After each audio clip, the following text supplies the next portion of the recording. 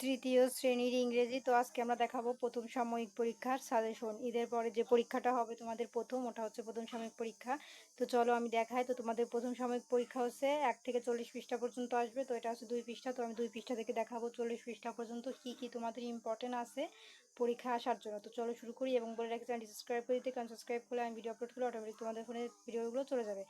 আর হচ্ছে আর একটা কথা, যে আমি যে সাজেশনটা দেখাবো যে সেমটাই তোমাদের আসবে আমার কোনো কথা নাই।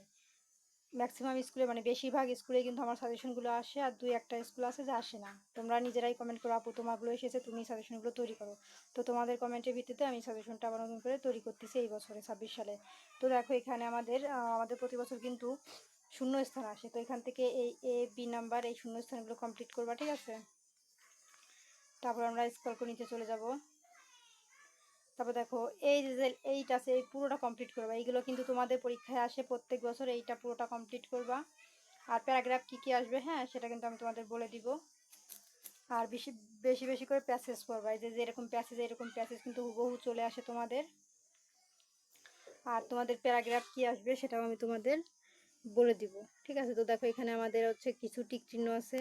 এই টিক চিহ্ন, এখানে 2টা টিক চিহ্ন আছে, 2টা ধরেই কমপ্লিট করবা। আর হচ্ছে এখানে তোমাদের প্রশ্ন আছে, এখান থেকে প্রশ্ন যেগুলো ইম্পর্টেন্ট আমি তোমাদের দাগাই দেবো। এই যে B আর C নাম্বারটা ইম্পর্টেন্ট।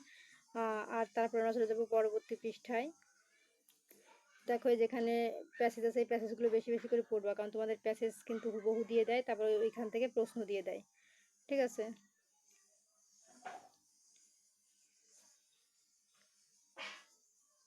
এই যে দেখো আমাদের শূন্য স্থান আছে, এইটা পুরোটা কমপ্লিট করবা।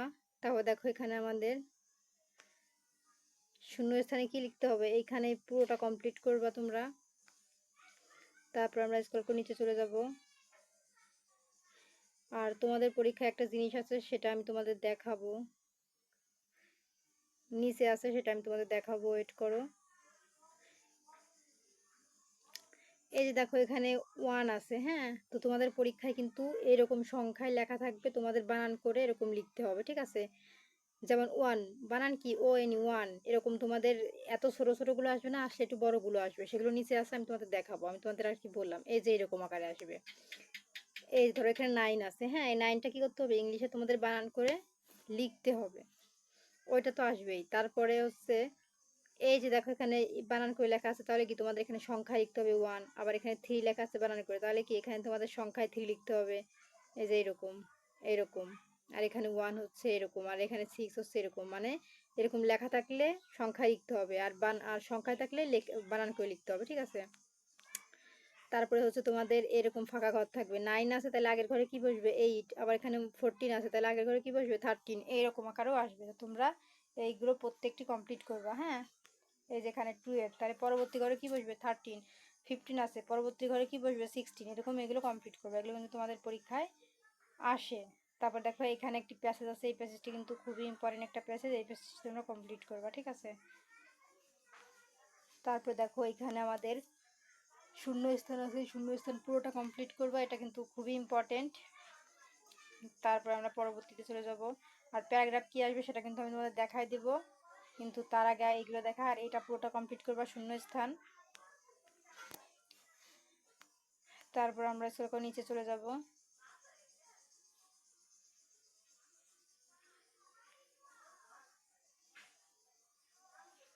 এই যেরকম বড় বড় ওগুলো তোমাদের করতে হবে, যে 11, 12, তবে 70-এর উপরে, 60-এর উপরে যে সংখ্যাগুলো আছে ওইগুলো বেশি করে করবো, ওইগুলো তোমাদের বানান করে লিখতে হবে। সংখ্যায় থাকবে, তোমরা বানান করে লিখবে আর কি, ঠিক আছে?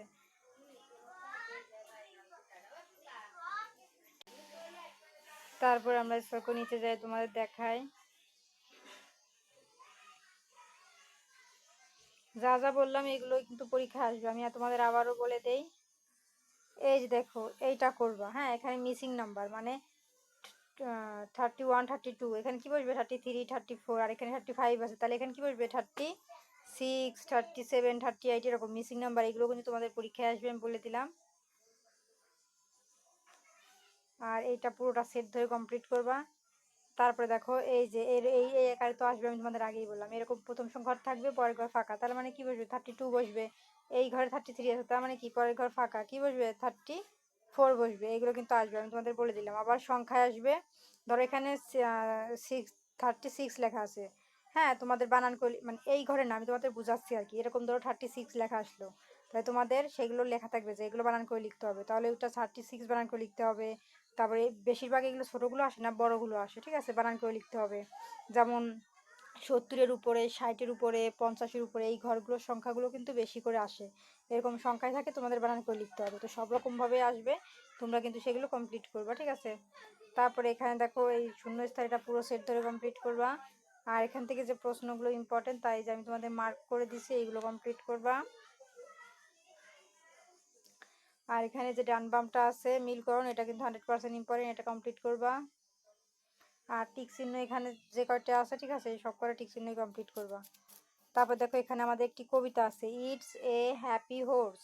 হ্যাঁ, তো সব স্কুলে কবিতা আসবে না, কিছু সংখ্যক স্কুলে কবিতা আসবে। আর যাদের স্কুলে কবিতা আসবে স্যাররা তো বলেই দিবে যে হ্যাঁ কবিতা আসবে, মানে তাদের স্কুল থেকে বলে দিবে আর কি। তো কবিতা আসলে এই কবিতা এই একটাই আসবে, এর বাইরে কোনো কবিতা আসবে না। যাদের স্কুলে কবিতা আসবে না তারা এই কবিতা পড়ার দরকার নাই, ঠিক আছে। তারপরে চলো আমরা স্ক্রল করে নিচে চলে যাব। আর প্যারাগ্রাফ কি আসবে সেটা ভিডিও লাস্টে বলবো, আগেই বলেছি, তো এই জন্য ভিডিওটা সম্পূর্ণ দেখো, আমি লাস্টে বলে দেবো কি কি প্যারাগ্রাফ আসবে। তোমরা যদি সম্পূর্ণ ভিডিও না দেখে লাস্টে কমেন্ট করো আপু কি প্যারাগ্রাফ দিছেন, তো ভিডিও না দেখলে কেমনে বুঝবো, আমি ভিডিও লাস্টে একদম লাস্টে বলে দিব, ঠিক আছে। তারপরে এখান থেকে যে প্রশ্নগুলো ইম্পর্টেন্ট, এই যে দেখো আমি দাগ দিয়ে দিয়েছি, এই কটা কমপ্লিট করবা।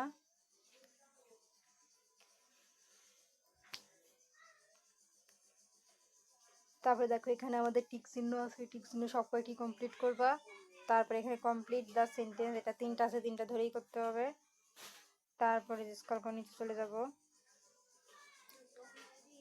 এই যে এখানে এইগুলো কিন্তু 100% ইম্পর্টেন্ট, মানে এর পরবর্তী সংখ্যা কি কি বসবে সেইগুলো, ঠিক আছে, এরকম আকারে আসবে। তারপরে মিসিং মানে আগে যা আছে তারপরে কি বসবে এটাও আসবে। তারপরে হচ্ছে তোমাদের এরকম থাকলে বানান করে লিখতে হবে, সেই রকমও আসবে।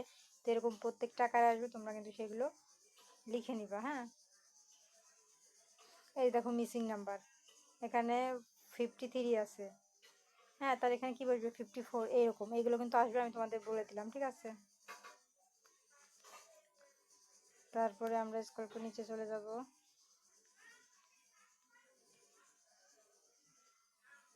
তোমাদের 40 পৃষ্ঠা পর্যন্ত পরীক্ষায় আসবে, সেই পর্যন্তই দেখাবো।